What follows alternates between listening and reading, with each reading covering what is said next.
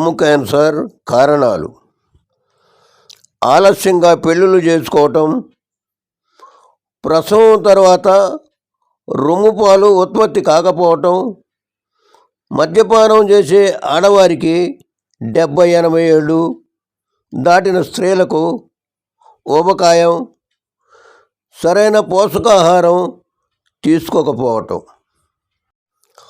రక్తం బాగా తయారు కావాలంటే బూడిద గుమ్మడికాయ మన శరీరానికి చాలా మేలు చేస్తుంది. రోజుకు 1 కప్పు మోతాదులో బూడిద గుమ్మడికాయ రసాన్ని తాగాలి. ఇలా చేయటం వల్ల రక్తం బాగా పెరుగుతుంది. ఎండు ద్రాక్ష అంటే కిస్మిస్ తినటం వల్ల శరీరానికి ఐరన్ బాగా అందుతుంది. ఫలితంగా రక్తం తయారవుతుంది.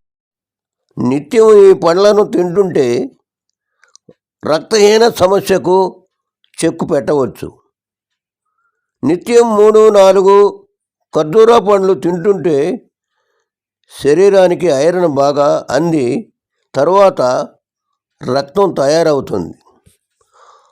రాత్రిపూట గుప్పెడు శనగలు నీటిలో నానబెట్టి మరుసటి రోజు ఉదయాన్నే వాటిని తినాలి.